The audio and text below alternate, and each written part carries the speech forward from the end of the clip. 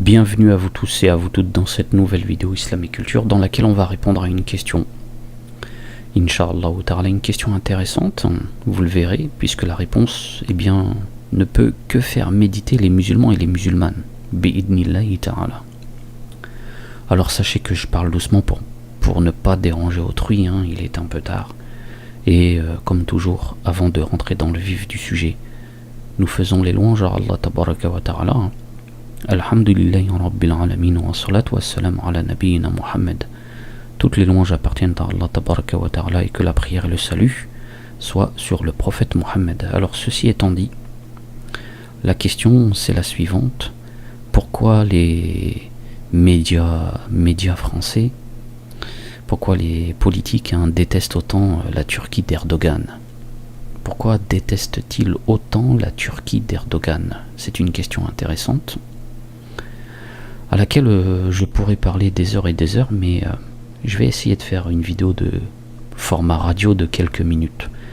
Mais avant de répondre directement, sachez que depuis toujours l'islam est combattu et que cette hostilité ne date pas d'hier.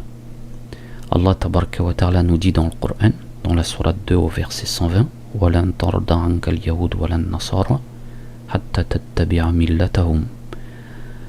Et les juifs et les chrétiens ne seront jamais satisfaits de vous jusqu'à ce que vous soyez comme eux. Donc Allah tabaraka wa ta'ala dans son Coran, dans sa parole, nous enseigne qu'énormément de non-musulmans seront hostiles à la foi des musulmans et ne cesseront donc de combattre cette foi avec pour objectif de déshabiller les musulmans et les musulmanes de leur islamité. Alors aujourd'hui, dans cet enregistrement, format radio, on pose la question suivante. Pourquoi les médias français, les politiques, pas tous, mais pratiquement tous, détestent autant la Turquie d'Erdogan?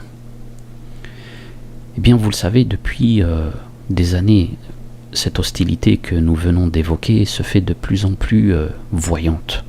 Dans les médias, la propagande islamophobe, médiatico-islamophobe, est de plus en plus présente, remplie d'amalgames, de mensonges, etc. Et il est fort connu que pour détruire le monde musulman, des stratagèmes ont été mis en place. Alors on pourrait en évoquer plusieurs. Mais ces stratagèmes, pour beaucoup de savants, se résument autour de 10. Et parmi ces 10-là, alors je reviendrai sur ce sujet dans un article et dans une vidéo plus longue, Inch'Allah ta'ala, mais sachez mes frères, mes sœurs, que dans ces stratagèmes figure le fait d'éloigner les musulmans et les musulmanes du Coran et de la Sunna authentique. Figure l'anéantissement du khilafa, du califat, ainsi que l'idée même d'y revenir. Le fait de diviser les musulmans, de les empêcher d'être unis. Le fait d'éloigner les musulmans et les musulmanes de la langue arabe, qui donne accès au Coran et à la Sunna, etc., etc. Le fait de propager les mauvais comportements, des mauvaises pensées dans la communauté musulmane, etc. On reviendra sur tous ces sujets, sur tous ces stratagèmes bi'idnillahi ta'ala, comme je vous l'ai dit dans un article et une vidéo plus longue. Mais parmi ces stratagèmes, on trouve aussi le fait pour permettre cela, empêcher aux musulmans d'être forts, de s'unir, de se réveiller, de revenir dans l'histoire avec un grand H, les Occidentaux, dans ces stratagèmes, ont pour objectif de faire en sorte que les musulmans soient dirigés par des dictateurs. Et parmi ces stratagèmes, donc, on trouve le fait d'éloigner les musulmans et les savants musulmans du gouvernement.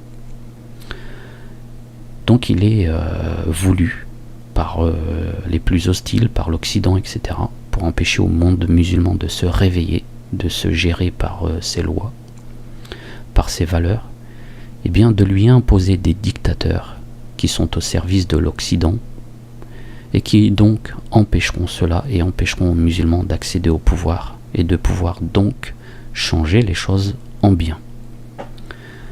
Donc vous devez savoir à partir de maintenant, et j'imagine que vous le saviez déjà, pourquoi l'Occident, les journalistes détestent autant la Turquie d'Erdogan. Parmi ces stratagèmes, mes frères, mes sœurs, il y a aussi le fait d'empêcher aux musulmans d'accéder à l'industrialisation. Il y a aussi le fait de faire en sorte qu'ils soient éternellement appauvris. Wal'iyadu billahi ta'ala. Donc, vous devez certainement avoir rajouté des réponses à votre réponse concernant cette haine qu'ont les médias et les politiques pour la Turquie d'Erdogan. Vous voyez ce que je veux dire.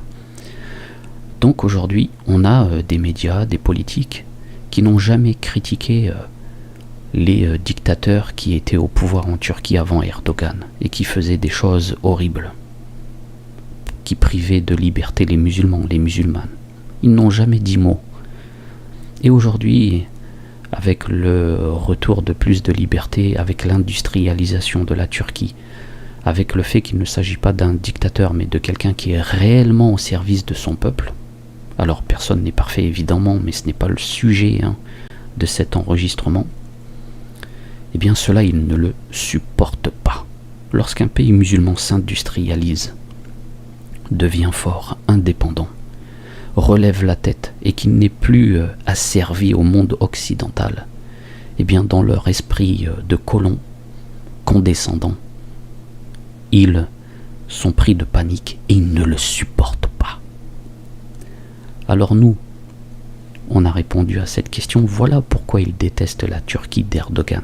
Car c'est un pays musulman qui eh bien, est en train de ne plus dépendre de l'Occident, qui est en train de ne...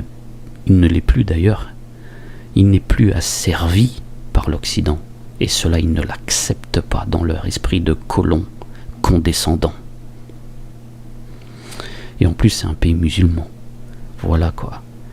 Et il faut aussi rajouter que la Turquie d'Erdogan, ça donne des exemples aux autres pays musulmans. Ça peut réveiller les autres pays musulmans qui vont se dire, tiens, lui il a réussi, pourquoi pas nous? Donc, pour eux, c'est comme un virus, les non-musulmans hostiles, c'est comme un virus qui risque de se propager, le fait que ce pays ne soit plus asservi. Donc voilà pourquoi ils détestent autant la Turquie d'Erdogan. Donc j'ai répondu à cette question et j'espère que cette vidéo rapidement faite sera utile à moi ainsi qu'à vous et qu'Allah tabaraka wa ta'ala nous protège tous et toutes. Assalamu alaikum wa rahmatullahi wa barakatuh.